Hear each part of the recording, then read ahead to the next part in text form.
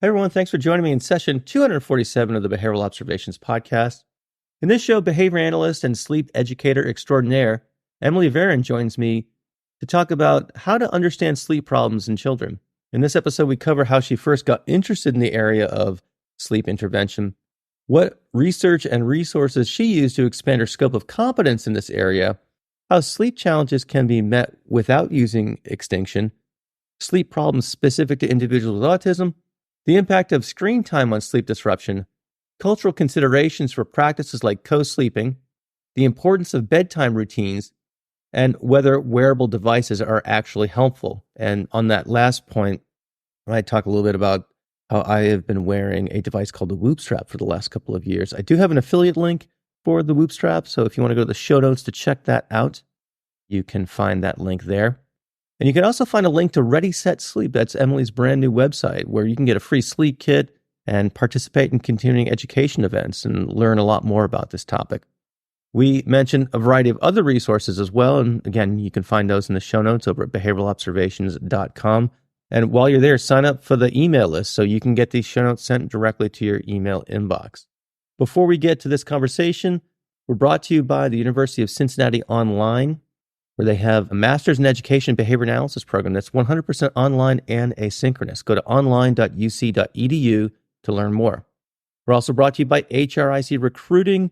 And if you're looking for a job, if you're moving, if you're about to graduate, go schedule a confidential conversation with Barb Voss. And to do that, just go to hricolorado.com and go from there. We're also brought to you by Behavior University, whose mission is to provide university quality instruction and professional development for the busy behavior analyst. And they've got some listener-specific discounts over at behavioruniversity.com/observations. And last but not least, if you want to get your continuing ed while you're commuting to work, while you're riding your bike, walking the dog, doing the dishes, or whatever else, a lot of these podcasts that you're listening to on Behavioral Observations are eligible for continuing education. To learn more about that, go to behavioralobservations.com/get-CEUs. And you can see what we have to offer. All right, that's it for opening remarks. So without any further delay, let's get to this fun and informative conversation with Emily Varon.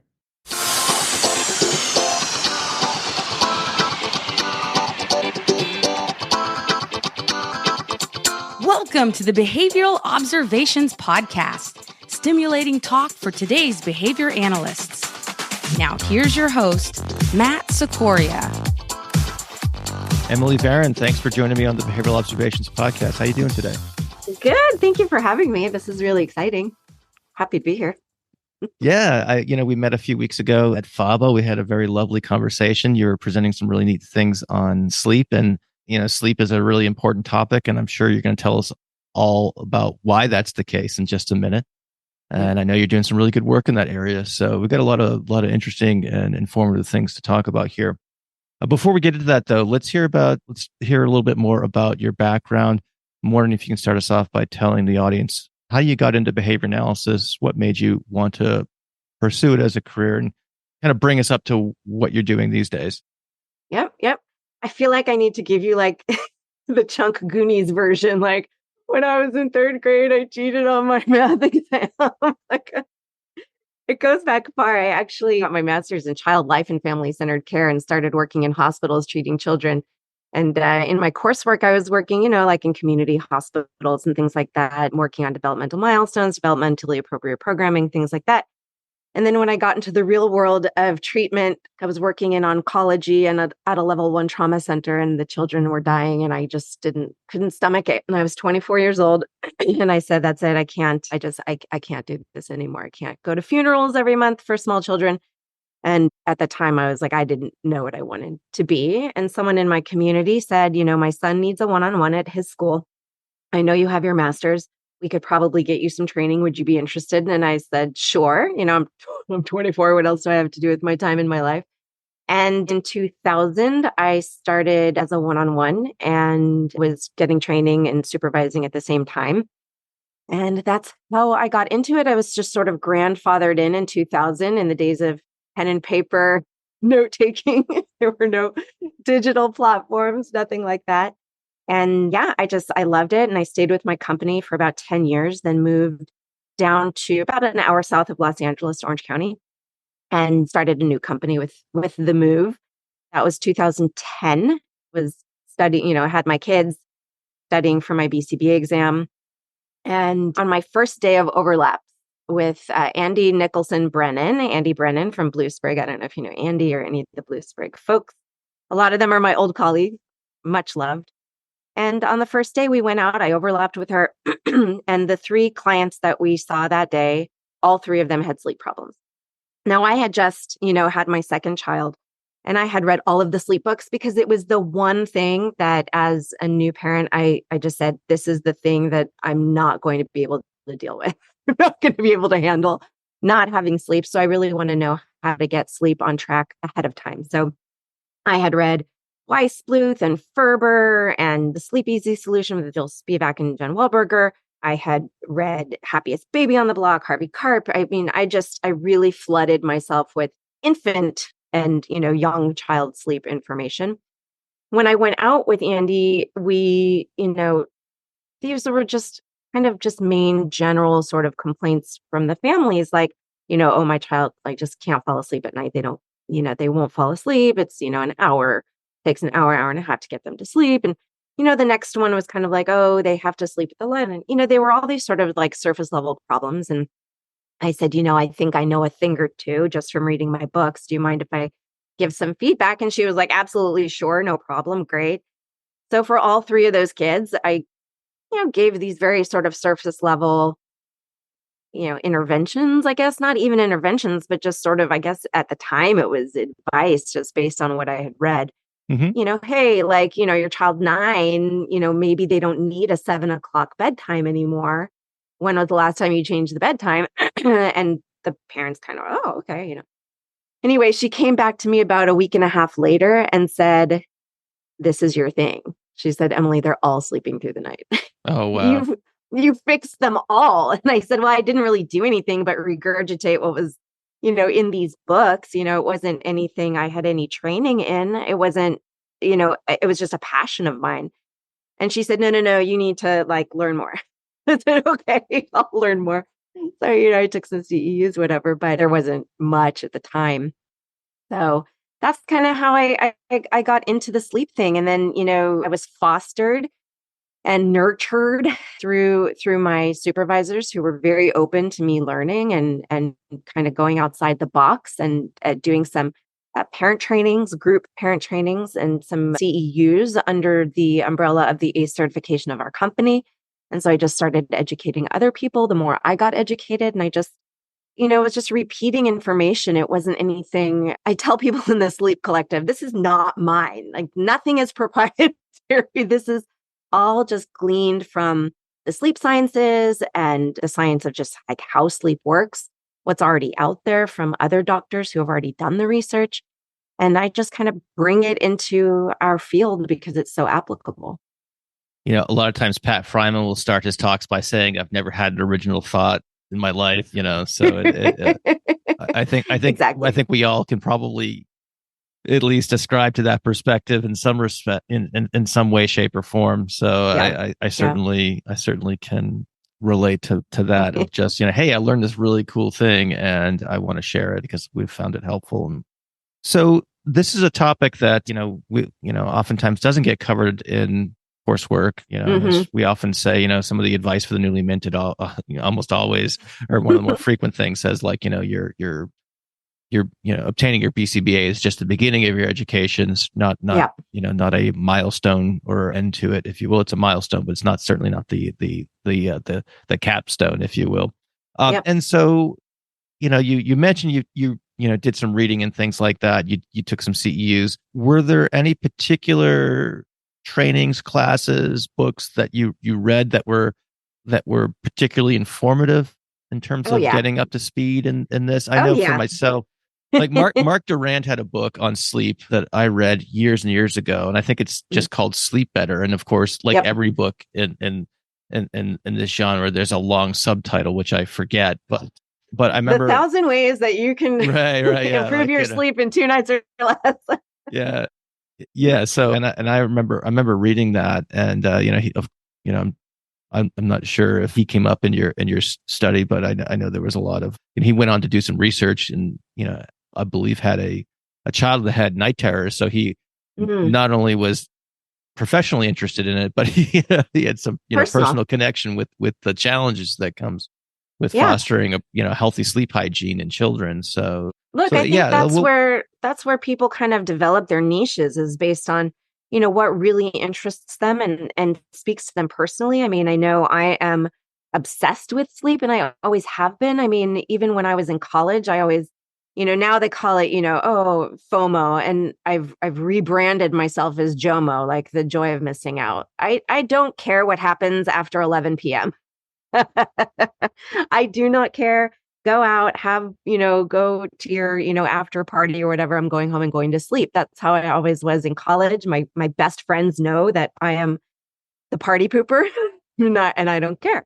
So yeah, I mean, so when I had my kids, it was really important for me to foster, healthy sleep habits in them, but also to preserve and protect my own sleep, because I know I'm a terrible human when I don't get sleep I need.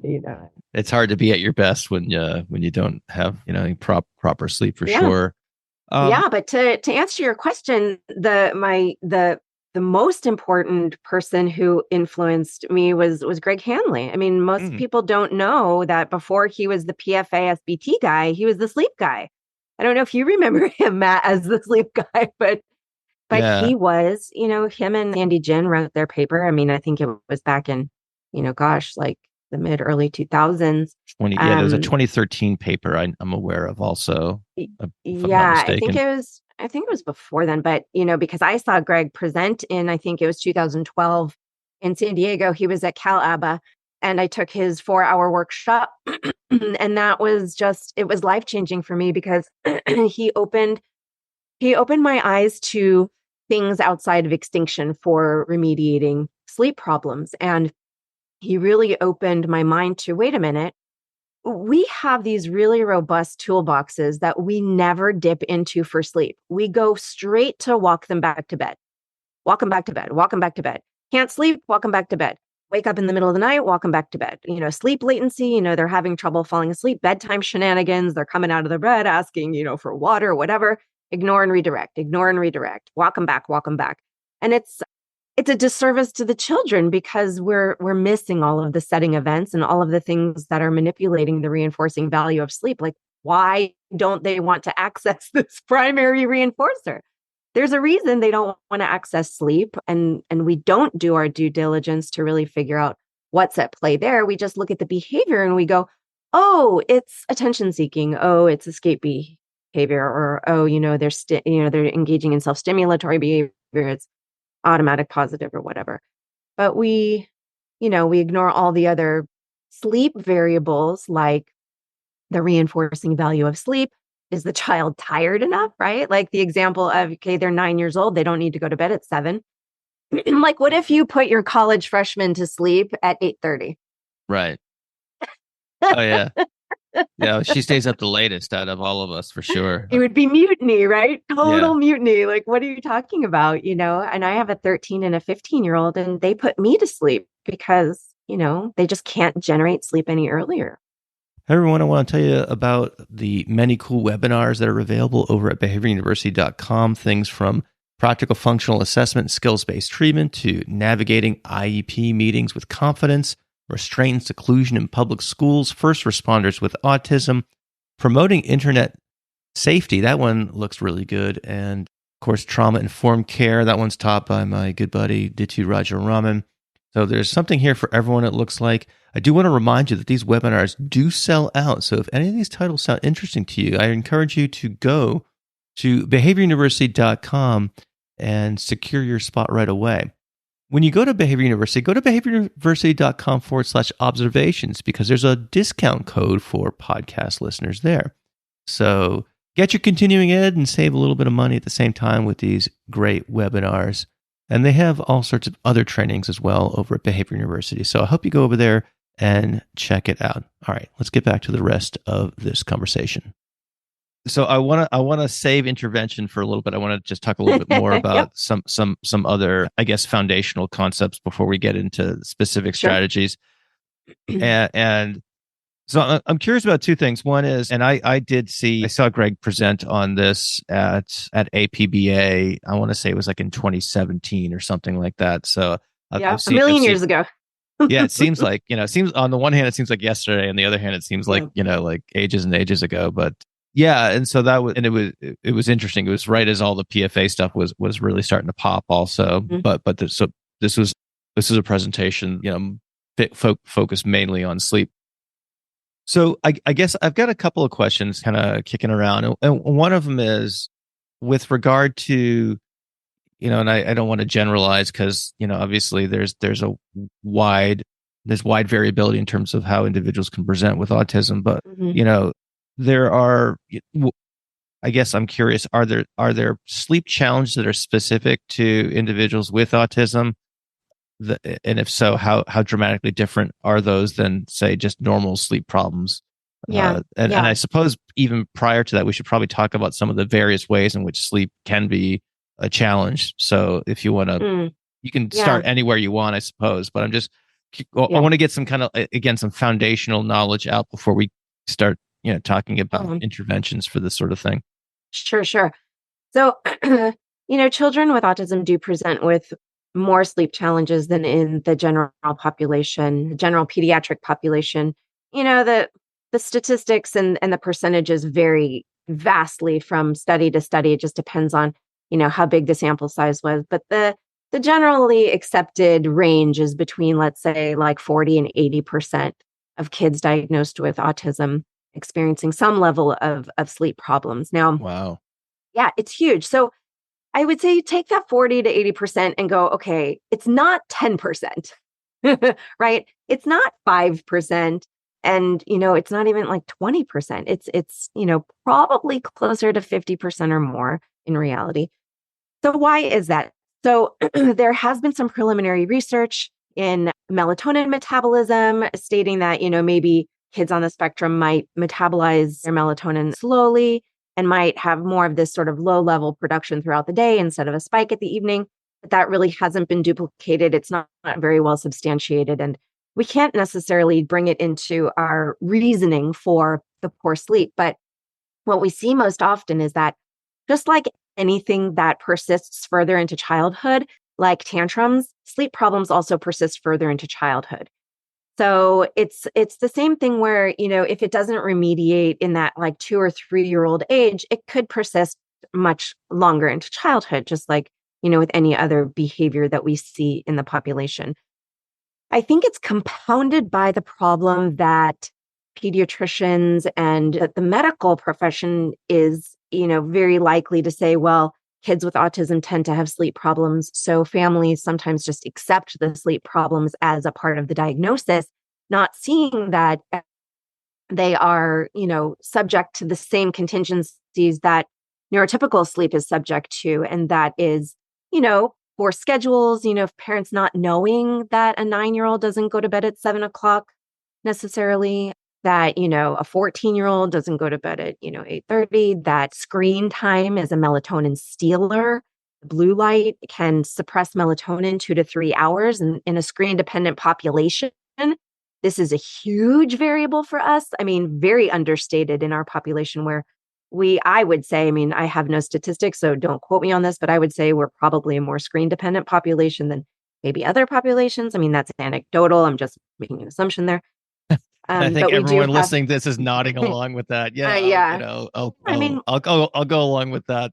Go along with it. We see that screen dependence is really, well, look, we're all really screen dependent. Yes. Yeah. We were just talking about that before we hit the record button. And myself, speaking just for myself, I would say definitely. Yeah. And look, it manifests itself in the adult population as well, right? I get so many colleagues saying, gosh, I'm just a night owl, Emily. And I'm like, well, okay, that could be, there's a chronotype to be a night owl. There could be that possibility. But just tell me about your screen time. Are you laying in bed looking at your screen? Oh, yeah, definitely, because I can't fall asleep. And I'm like, well, that's probably why you can't fall asleep. So let's get rid of the screen time. But, adults, they're like, oh, but that's me time. That's when I catch up on my time. And I'm thinking, if I may, talk about social media for 1 second, your time on social media and, whatever you're viewing on your screen is time you're giving to someone else. It's time you're giving to someone else's platform, those likes, those shares, those views, that time on platform. You're giving that to someone else. It's not really me time. So that's just my soapbox for adults who say like, that's my me time. I'm like, we can figure out other things that are me time. You could knit, you could crochet, you could read, you could, meditate or like, catch up on, current events or whatever. But yeah, I mean, so screen dependence is a melatonin stealer. So then we see these really late bedtimes and families complaining that, and not complaining in a negative way, but just presenting us with this problem of it takes my child 2 hours to fall asleep, but they're not terminating their screen time until, let's say, 9 o'clock. So yeah, they're not going to be able to generate sleep until almost 11. So we look at these very common problems that are happening out in the world of sleep, right? That just, manifest themselves probably tenfold in the autism population. But, so that aside, that tendency to have, symptoms that, follow our kids more, later into childhood, there are things that we can do about it as far as, arranging environments and, getting rid of screen time and, jumping up and down, jumping and crashing, this like up and down vestibular motion that our population also is very, tends toward.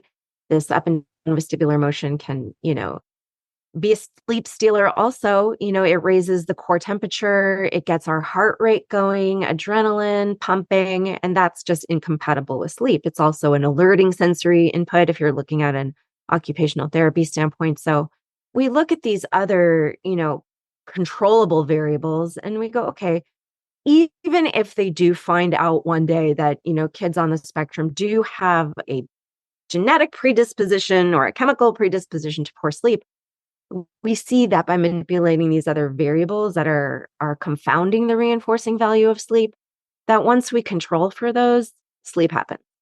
Hey everyone, going to take another quick break here to let you know that balancing work and life can be difficult, and that's why the University of Cincinnati Online designed a Master's of Education in Behavior Analysis program that is 100% online and asynchronous, meaning you log on when it works for you. Their student success coordinators will work with you from start to finish to ensure you are receiving the support you need. Graduate in as few as 5 semesters from a top 10 program and total number of graduates and prepare for the BCBA exam. The program is FAFSA eligible, and UC also offers business partnerships to offer tuition discounts to eligible employees. If you want to learn more, go to online.uc.edu and click the request info button. And I suppose this might be something, I think it's an important thing. You tell me if correct or not, but, ruling out perhaps medical conditions that could interfere with sleep. Obviously we talk about this in dealing with problem behavior, so that if someone has a repertoire of like severe self-injury, we want to actually make sure they're not suffering from something that is, that perhaps could contribute to that, things like that. Sure. Are there medical conditions that you're aware of that should be looked at prior to starting your assessment? And we'll get into what assessment looks like as well. But, what are your thoughts on that? We should definitely be asking about all of those things because things like seizure and, gut problems, constipation is a big problem in our population too, gut issues, allergies, obviously I mentioned seizures. All of those things can play into poor sleep as well. Absolutely. We need to know about them. But what I tell the folks in the sleep collective, the people who I'm doing this intensive program with, is that because there's a medical condition, it's not a no-go. I think there's an assumption that sleep change has to involve high behaviors, crying, tantrums, because we think about it from the extinction standpoint of we're going to be changing, things up and we have to put in a behavior plan for the sleep behaviors. But if we can manipulate the environment, prior to sleep onset, let's say by cleaning up the schedules, right? Eliminating the nap for the 10-year-old, right? If we can control some of these things in a do no harm way, we will see improvements in sleep. And while we're doing these sort of do no harm things like, helping with screen cessation programs, perhaps, or offering different sort of sensory experiences at bedtime instead of jumping and crashing or, adjusting the schedules, things like that. We can see improvements even in spite of some of these medical conditions. So these medical conditions sort of inform us of what we could be stumbling up against more in the context of medication. Medications can be huge confounding variables, especially if the children are on sedatives. We just talked about this morning in our group coaching session about, the amount of kids that are on sedatives. And what we know about sedative sleep is that it's not sleep. It's a version of sleep where it changes our sleep architecture. So the children aren't getting all those REM cycles where memory consolidation happens, where learning happens, where skill retention happens, where all those cognitive goodies happen. So what we see is children who are, let's say, on sedatives for sleep aren't performing as well during ABA sessions, right? They're not, they're flatlining, they're not acquiring their skills. So, we do need to be informed without giving advice, but we do need to know what some of those variables might be so that we can, either offer families some information that's, some empirical evidence about, what sedatives do to the sleep architecture. We don't want to be that what do they call us, BCBA holes, where we're like, right. look at this like research article. Like we don't want to do that. We don't want to be judgy and awful, but having, an open conversation with families about like, hey, let's, can we have a conversation with your neurologist, your prescribing physician about maybe timing of these things? Or, how long did they intend for you to be on the sedative or you to be on the sleeping pill, let's say, for example? Was this the long-term solution or was this just intended to, put a quick fix in place while the wake-sleep rhythm stabilizes or whatnot? And then we can make more informed decisions about behavioral protocols. We never want to go in being like judgy McJudgy pants and being like, you're doing it all wrong. But medications do play a part in sleep onset. And sometimes they can give a false sense of what the sleep rhythm should be. If you're giving a sedative at 7:00 to a 15-year-old, yeah, they're going to sleep by 7:30, but they're also going to be up at 4 a.m. Right. And then the family comes and says, well, they're up at 4 a.m. And I'm like, well, they're 14 and they're going to bed at 7. So yeah, they're going to be up at 4 a.m. I have so many questions based off of that response. I guess I wanted to bring this up later, but I think you brought it up. So let's just go for it. But so you mentioned, we don't want to be judgy McJudgerson. I've worked with families and, like you were talking about your early experiences with this, like I don't consider myself an expert, but I have read up on the topic. And so I will, where people are receptive, I will, offer, in your words, advice or maybe coaching or, but it's not a clinical intervention per se, but it's like, hey, these are some things you might be aware of and whatnot. And in doing so, sometimes there's some navigation around perhaps the culture or the values of the family. Yeah. One of the things I see a lot is like kind of co-sleeping arrangements. Mm-hmm. And you were mentioning earlier on that there are circumstances that you encountered where, kids have to have very, very specific arrangements for them to fall asleep. And one of them I've seen, at least in my career, is that co-sleeping being one of those things. Like kids can't fall asleep on their, and that just in my own parenting, that's a skill that my wife and I really worked hard on when the kids were very, very young. And, it's paid dividends in numerous ways, of course, but it didn't come easy. And we had three little ones, all, very close together. But, but I kind of getting off track here, but getting back to the co-sleeping thing, that one of the things I've encountered just from a clinical perspective is, parents saying, hey, I need to get this kid out of my bed. And now the kid's what? like, you don't like getting throat punched at 3 a.m. by your 4-year-old? What? You don't like waking up with the elbow in your ribs? Come on. Yeah. And the kids get, and kids have that kind of habit of getting bigger and bigger as they grow, and there's less and less room and things like that. So sometimes I work with parents that are at that stage, like, oh boy, we should have done this years ago, and we just never bit the bullet, and now we're kind of stuck because it creates massive behavior problems. Yeah. And then other folks that are like, we think this is fine, it's the way our family rolls, but at the same time, you're also saying like, well, this is really detrimental to good sleep hygiene. How do you? I guess I don't know if there's a specific question there. I'm just more so curious about how do you How do you take those factors into account when you're working with people to try to figure out a reasonable solution to whatever their presenting complaint is relative to co-sleeping? Yeah, I think the question is, how do you navigate it? And I first asked parents what their preference is. Do you wish to continue co-sleeping, or has it reached its shelf life and maybe you're just ready to be finished? And, co-sleeping as, a form of sleep, there's nothing inherently wrong or bad about co-sleeping. We are very unusual in our, strange Western ways that we have a bed for every butt.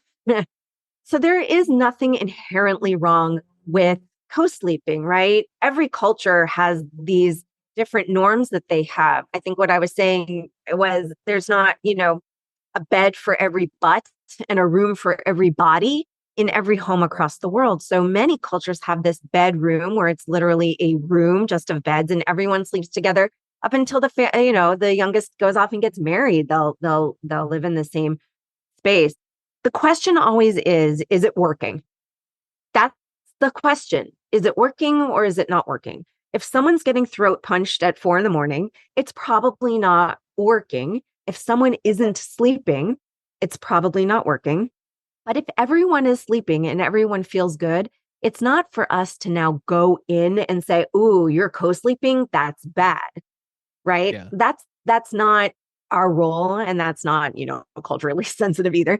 But, there have been people who have referred kids to me for co-sleeping, and the parents are like, everyone's sleeping fine. Why are you here?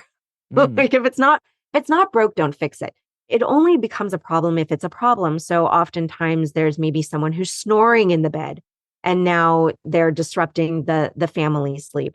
Or the child is very restless at night and prevents mom and dad from getting some healthy sleep. Or maybe it just has reached its shelf life and caregivers are just ready to be done. We need to gauge readiness. Does the family want to continue co-sleeping or not? Is it a cultural norm for them to remain in the same bed as their, everybody else? Is everyone comfortable? Is it working or not? I mean, that's bottom line. Is it working or not? If it's not working, then we have to figure out, okay, how do we get the caregivers out of the falling asleep equation? Right? So now we have a child who's very dependent on the caregiver to help generate sleep, to precipitate sleep, right? So we now have a very enmeshed system that isn't working for caregivers. Either the caregivers feel shackled to the bed and they cannot get out of the bed and they don't know how, and they feel like it's burdensome, or they're just, worried about the behavioral output, right? If it's an older child and they have these huge behaviors anytime they've tried to change something. So on the caregiver side, there's probably been not a reinforcement history, but a history of punishment with trying different things, right? And so being sensitive to that as well, like, well, they've tried getting out of the bed, but there was a huge behavioral escalation, or there was an aggression, or it just didn't work because the child had, big behavior because of it. So how do we get them out of that falling asleep equation without precipitating more behaviors and without making it aversive for the caregivers and without, all of that? Okay, I'm following you. So yeah, I could see how thinking from that pragmatic perspective, is helpful, and obviously analyzing the contingencies at play that are maintaining the current status quo. Yeah, if it's not a problem, it's not a problem, and it's none of our business. Honestly, if it's not a problem, it's not a problem, but if it is, and the caregivers are ready to be done, yeah, I mean, there's things we can do. There's things we can do to help change that falling asleep contingency to get caregivers out of the equation and to help precipitate more independent sleep. Are you looking for a new job, but you're overwhelmed with all the emails that you're getting from various ABA agencies? What if there was someone who was in your corner and could help you find the perfect job placement? Well, that person exists. Barbara Voss has been working as a recruiter for over 30 years, and her company, HRIC, specializes in placing BCBAs in permanent full-time positions throughout the United States. Barbara has been placing BCBAs since 2011, so she knows our business, and she offers personalized service to any BCBA looking for a new position. She also helps companies looking to hire BCBAs too. Here are just some of the things Barbara can help you with. She can provide information about salary ranges in different markets across the country. She can help you write your resume.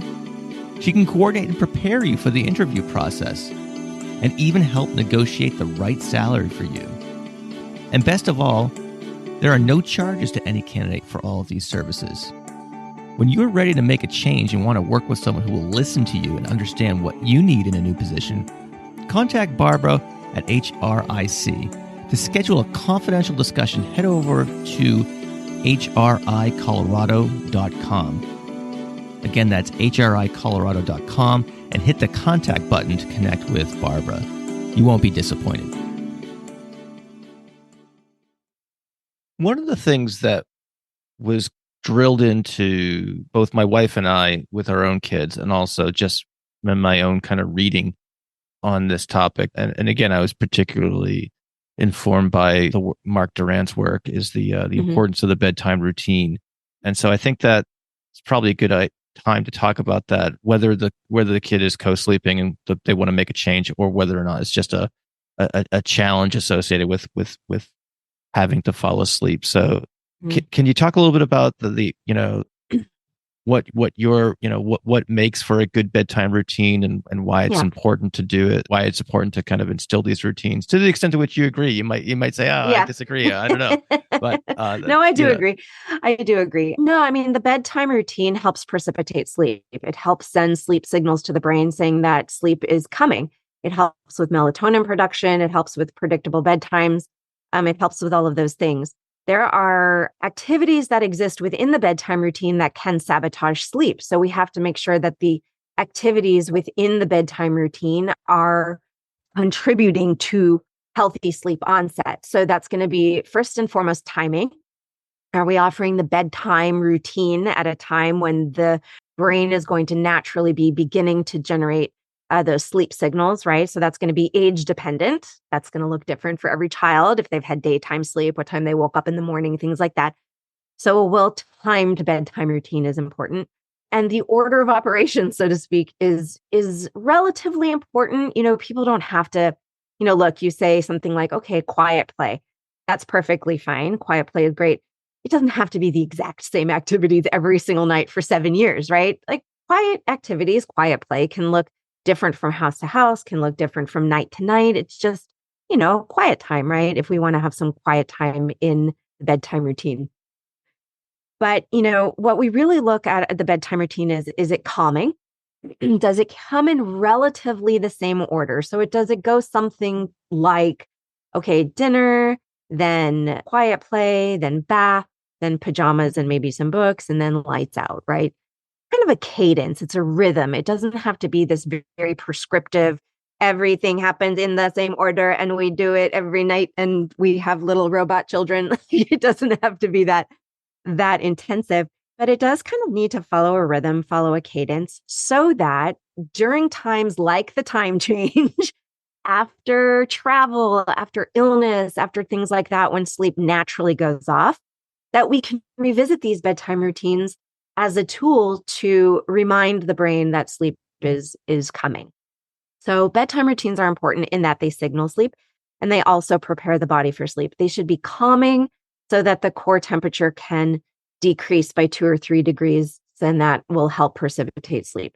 They should be calming because we don't want to be so stimulated at bedtime. It needs to kind of be sleep conducive. So bedtime routines are important, but they can't stand alone outside of timing, right? You can't put a bedtime routine, I keep coming back to age, I know, but you can't put, a bedtime routine at 7:00 for a 12-year-old and expect them to fall asleep by 8, just because you have a bedtime routine.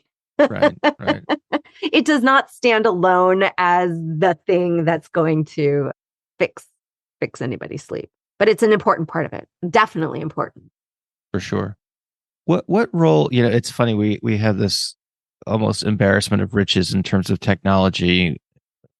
And I'm thinking of things like wearables, like, I've had this Whoop strap that I've, worn for years and years and years. Yep. And I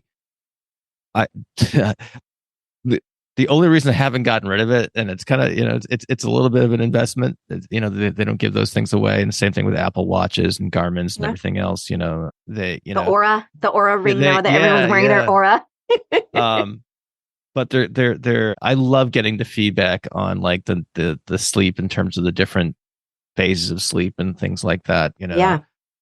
Have any of the clients that you've worked with used any wearables, and were you able to, did those generate any information that's helpful from at least a data analysis or treatment aspect? Yeah. I find it really hard for kids in our population to wear the wearables. Okay. So it's hard data to collect if you have a child that's resistant to wearing a watch or a ring or something like that. So I think there's a little bit of a confounding variable there about gathering that data. I think ideally it would be fantastic if we could get that. For the adult population, sometimes it's like a bittersweet curse. Sometimes it's, the personality type is such that the information then ruins the outcome, right? If you're having poor sleep, it could contribute to more poor sleep. And then just stress and anxiety over not sleeping well, or I didn't get this many, as many cycles as I did last night. And now, there is that kind of personality type that takes that information and does, bad things with it in their brain. And then some people who can tolerate it as just, feedback and saying like, okay, like I had a great sleep last night, or I had a terrible sleep last night, and move on from it. But, I think, for adults, us wearing wearables, I think buyer beware, because it could ruin your sleep. Yeah. It could ruin your association with sleep, and it could just stress you out about sleep, which is no good for sleep. But I think if we could do, look, in sleep clinics, they can do things like, actigraphy and polysomnography, and they can do all of these, like, wearing, all things that the kids don't like to wear, and they have to sedate them to put the probes on, things like that. I think there's some, it's problematic to get really clear data. I think wearables are a great way to get some baseline if you can get the learner to wear them and engage with it and ignore it.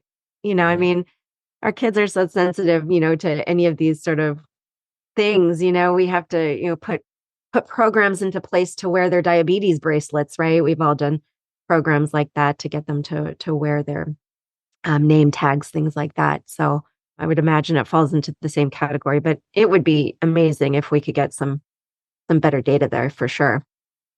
I counted up all the CEU events that we have put together through selected podcasts over the years, and we have almost 50 of them. I was pretty surprised when I sat down and made the list the other day. And they're across a range of different topics. So whether you're interested in functional assessment, skills-based treatment, ethics, supervision, feeding, juvenile justice, the list can go on and on and on. There's really something there for everyone, I think. So if you are interested in taking some of your continuing education on the road with you, or if you want to multitask in whatever way that works for your lifestyle, go to behavioralobservations.com/get CEUs. And also what you'll find there are discounts for multiple purchases. So if you are buying a couple, we can find ways to make things affordable for you. So I hope you can check those out. You can go to behavioralobservations.com/get CEUs and go from there. All right, this is the last break of the show. So let's finish strong here with this fun conversation with Emily. So, we talked about some of the challenges associated with falling asleep and it sounds like timing, routines, and some, kind of encouraging some habits, discontinuing other habits as it relates to screen time and physical activity seem to be kind of appropriate behavioral strategies for, increasing the probability of falling asleep at the right time under the right circumstances. What happens when kids wake up at night? And again, this is I'm drawing off more of the experience that my friends tell me about, and in other words, not in populations of kids with developmental or other types of disabilities, but more just average just everyday kids. Yeah. Average everyday. I have friends who just wake up with a kid in their bed. It's like, well, where'd you come from? And so in terms of night waking, what do we know about that, and what might be some ways to think about intervening on those repertoires or problems or Yeah. whatever you want to call them. Yeah. Those those kids are ninjas. They just kind of ninja their way into bed. They like sneak in there and you don't even recognize they're there. So that happens. So what we know about night wakings is a couple different things. And in our population, I'll just talk to what I see the most. These aren't the only things that stimulate night awakenings, but two of the most general things that we see are these deficient sleep dependencies where they're getting help falling asleep from something. Maybe it was a caregiver laying down with them. Maybe they were sucking on a bottle of milk. Maybe the lights were on or something like that. And then those same tools that precipitated sleep somehow disappear after sleep onset. So, the caregiver leaves, the caregiver turns the light off, the bottle of milk drains. And so we call these sleep dependencies, and they're not available all night long. So when the children get into their lighter phases of sleep between, let's say, 1 and 3 a.m., which is when all of us naturally transition to lighter stages of sleep. Our wakings naturally occur between 1 and 3 a.m. Also, they don't know how to put themselves back to sleep because they were having these sort of deficient sleep dependencies at sleep onset.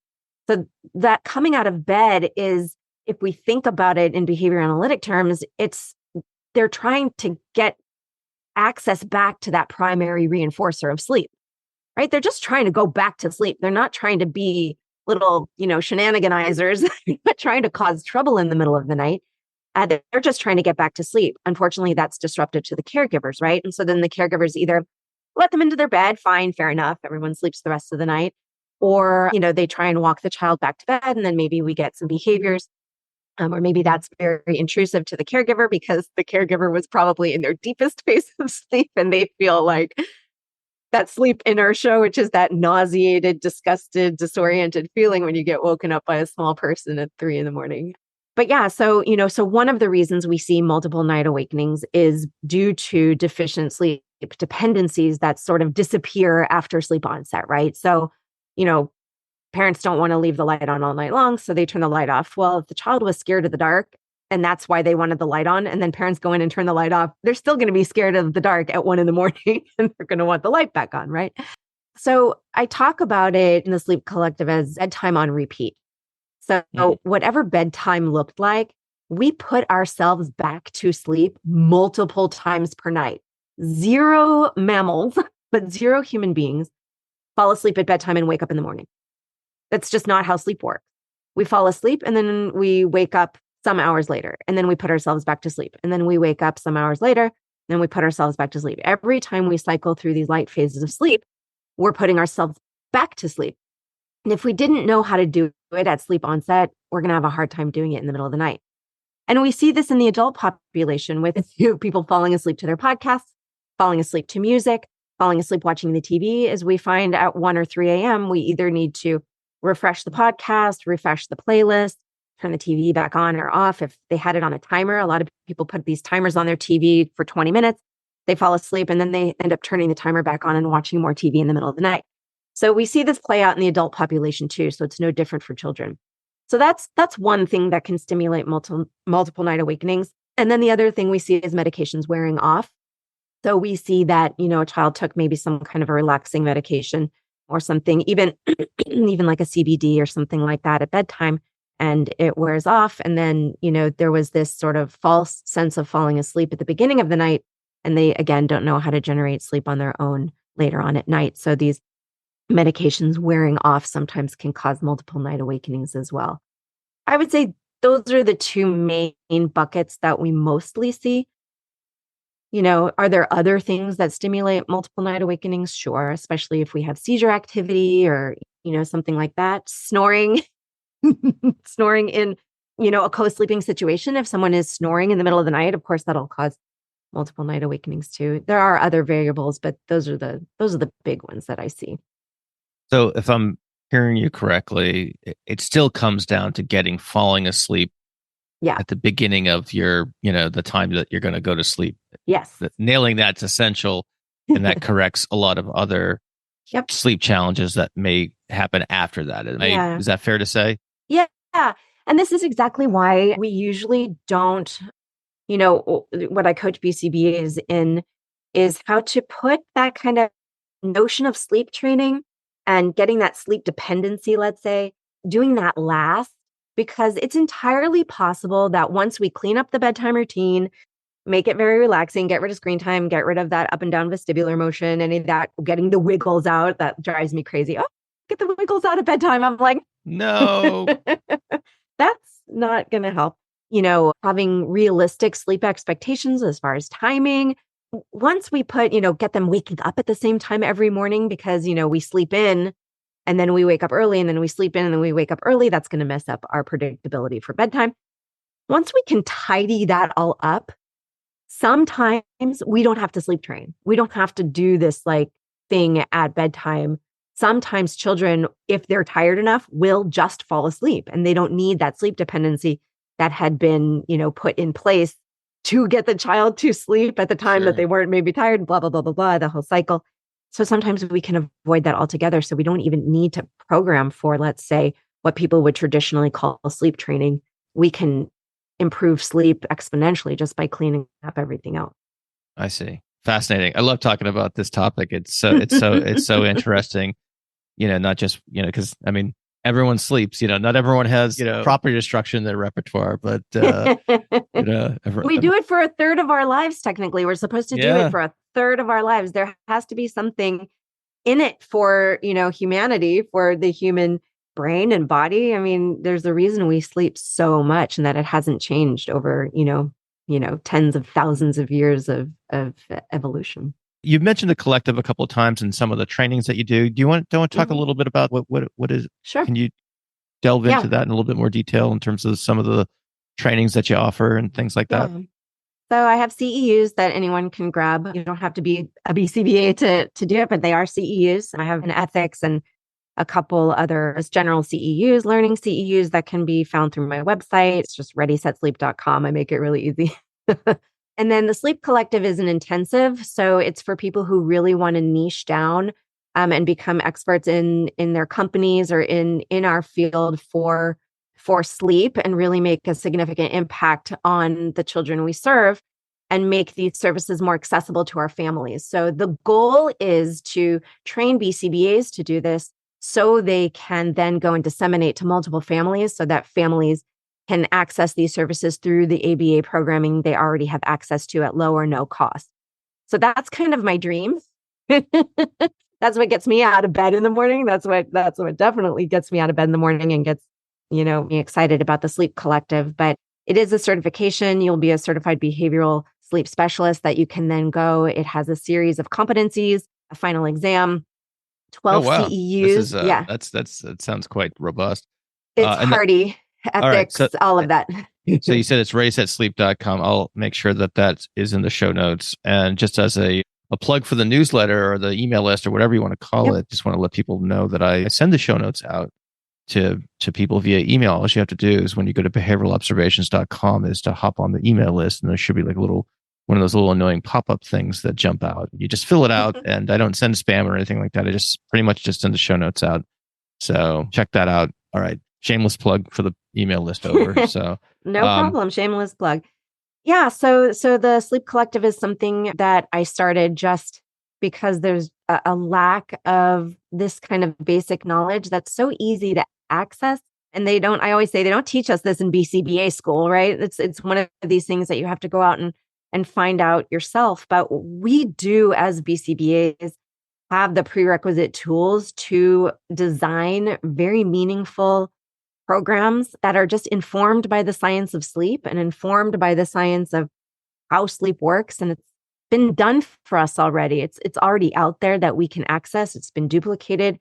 It's well substantiated. And we just need to kind of access it and plug and play it into the tools we already have, and use things like shaping, and use things like, fading, and all of that to create better systems at bedtime, so that our learners can, fall asleep, calm and happy, and alleviate some of that stress for caregivers, and just improve the quality of life for everybody. Who doesn't act better when they have more sleep? Come on. Yeah. And it sounds like you so thank you for curating all that, because one of the things that sometimes when I do a deep dive on a particular topic, going through Google Scholar, PubMed, and things along those lines. And so you're kind of looking in the wilderness, and you can certainly narrow things down with keyword searches, but having things curated in one spot seems awfully helpful. So that sounds really neat. Yeah. So one thing, so you mentioned electronics earlier, and I guess one of the things that we did as parents, particularly as our kids started getting, I guess, getting their own devices, is we have this rule in our house where at bedtime, the phones stay downstairs and plugged in, and they don't go into their bedrooms and things like that. And you'd be surprised, maybe you wouldn't be surprised since this is your work, but for folks who don't have teens or don't, or aren't familiar with the new normal of teenagerhood. Yeah. My wife and I will, the phones are plugged in downstairs, and this is, when the kids are in bed, we'll hear their phones getting pinged all the time. Even if we're like up a little bit later than when they say it's like a weekend or something like that, we're up a little bit later. Kids are in bed, their phones are getting pinged, from their friends. And I think actually it's kind of dropped off over the years because it's just probably through through extinction on the part of their friends trying to get a hold of them and not being successful. But, I see it a lot just because of, the friends and acquaintances we have. My wife's a high school teacher and she sees it a lot with a lot of her students. So this whole idea of kids having phones in their rooms, being on their phones, on social media. I know you already you don't need to get back up on your soapbox for a minute, but I'm just curious the extent to which you see that in your practice in terms of people having those devices available to them. Particularly at the age where, self-control isn't really high on the list of developmental milestones achieved.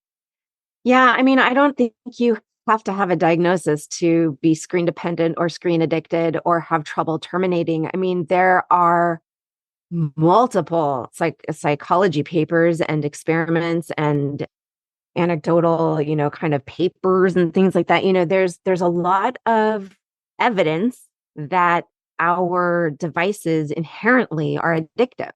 Dopamine levels every time you get a ping, serotonin levels once you check that message. There are some real chemical things happening in the brain when we consume social media, when we consume games on our tablets, right? Or our phones. Even those games are very addictive. No matter what you're playing, they're all designed to keep you. There is in the technology world something called TOP, time on platform. And that's what every single platform is aiming for, is to have more time on platform. And it's funny, I'll share with you a little of an interesting story. My dad spent years working in the cable TV industry with his last 20 years being at Motorola in their cable department. And he would go to, cable shows and, talk about, streaming. And, he knew about streaming before there was streaming, right? Mm-hmm. He knew about Bluetooth before there was Bluetooth. It's just like, all these like different things that come up at these trade shows and things like that. And, he said to me, he was the one who taught me about, you are seeing the things on TV. This was in the context of TV back in, the early 2000s, late 90s, where he says the things you see on TV are pushed to you directly because you are watching them. So, the sitcoms that you're watching, the TV that you're watching, they know you are watching it. They know how old you are. They know, your demographic. They know roughly how much money you make. People know who's watching their TV. And so the commercials that you're seeing are pushed to you, right? And he said the goal of cable TV being on 24 hours a day is to ideally have consumers watch TV 24 hours a day. That's the goal of cable TV. That was probably 1998. I think he probably shared that with me. As I was kind of trying to, find my sea legs on what I wanted to do with my life. We were having this conversation. I went with him to one of his trade shows. And that really stuck with me. Because now we see this non-contingent access 24/7, 365. There's no offset. There's no time when we don't have access to it, and there's no finish, right? It's when like the continuous scroll was invented, right? I don't know anybody who's listening to your podcast remember that when you used to hit the end of, let's say, like a search page, like if you were on AOL or something like that, you used to have to click next, or you used to have to click more, right? You used to have to click a button to load more either search terms or to scroll to the next photos, or at the bottom of Facebook, you had to scroll to the next page. You actually had to click a button. And then they invented the continuous scroll and that went away. And so there's literally endless content. And the brain doesn't know when to stop. So the pings and the pushes are just more signals to get back on platform, right? The notifications are to get you back engaged. And so that your device knows more about what content you like and it pushes it to you. And this is where we get, we could talk about, like the nature of humans, but this is where we get into our echo chambers, where we're only seeing one thing, where we're only seeing one line of thinking, where we're only being fed one line of content, and we kind of accept this as our reality and our the algorithm is serving up red meat continuously, or whatever your constantly dangling reinforcer is. Yeah, exactly. So I think for teenagers who already have trouble regulating their consumption of like anything, I mean, even just social interactions, I mean, you and I remember staying on the phone all night long with friends. We would just be on the phone, right? There was no screen. We would just be on our like landline until 2 or 3 a.m. just chit-chatting with our friends. I mean, that's with the extra long cord that went down the hall. Exactly. The extension that bring it into your room or whatever. I'll have to put some Wikipedia references in the show notes. But, what is a telephone? What is a telephone? But yeah, I mean, then my brother would pick up the phone. Emily, get off the phone. Yeah. I need to call my friends, whatever, until we, got the double lines or whatever. Anyway, dating myself, but For sure. But yeah, I mean, look, I think to speak very, high level, I just think, phones in general are problematic. I just think our devices are very problematic, and obviously it manifests itself in poor sleep because we just can't regulate it. And I think having good technology hygiene is really important for families. For my son doesn't really do too much. He plays the same football game over and over. He's 13. He doesn't really do social media. But my daughter, she's 15, and we have a hard cut off at 9:30, and we say, okay, we're done, and we cut it off. And I think it's just you have to know what's happening in your own home, but you also have to look at your own. You're right. If my husband and I are on the phone while we're watching TV, our kids are going to be on the phone while they're watching TV. I mean, for sure, that was never a thing 15 years ago. You watch TV, you sit down and you watch the program. You don't multitask, and you're not playing Wordle while you're watching Netflix or whatever. Going through reels. Binging reels at the same time. So yeah, I mean that's a huge diatribe, and but no. I asked you to indulge me on that, so no apology necessary. I know we're coming up on the time that we have allotted for this. I want to see if there's other aspects. Is there something else that's really important about this topic that we haven't discussed thus far? Certainly, we can point people in your direction in terms of where they can get more resources, things like that. But I just want to give you the opportunity to say if there's something that you didn't want, that you didn't have a chance to say it. And if not, you can kind of close out the show with some advice for the newly minted. Yeah. I mean, I would say just beware when families come to you with problems, behavioral problems at bedtime or throughout the night, that we're not just ABCing those behaviors, that we're not just putting behavior intervention programs in place to fix the coming out of bed or to fix the not falling asleep, without understanding all of the context about sleep and what is maintaining the reinforcing value or eliminating or manipulating the reinforcing value of sleep. It's not in our best interest to provide just, walk them back to bed or anything simplistic like that. So just kind of buyer beware when families come to you and say, they won't stay in bed at bedtime and they keep coming asking me for stuff. For a minute and ask yourself, well, why isn't sleep valuable, before you say, okay, just walk them back to bed or ignore and redirect or something like that. Just, maybe find a CEU, head to readysetsleep.com. I don't know. Can I plug myself again?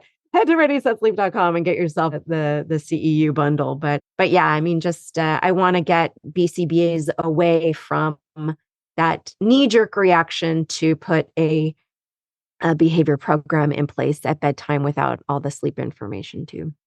All right. Well, that was, there was a lot of other topics that we could have spun off into a bunch of different directions on us. So I'm glad we kind of kept it at least somewhat focused here. We touched on, I said, a variety of topics that probably could be podcasts in their own right. So Emily, thanks for coming on and talking about this really important subject of sleep. And yeah, we'll make sure people know how to reach you if they want to learn more. Yep, appreciate it. Thanks. Listening to the Behavioral Observations podcast with Matt Sikoria. You can find Matt's notes on this episode at www.behavioralobservations.com. We also invite you to stay connected with us on Facebook at facebook.com/behavioral observations and on Twitter at Behavior Podcast.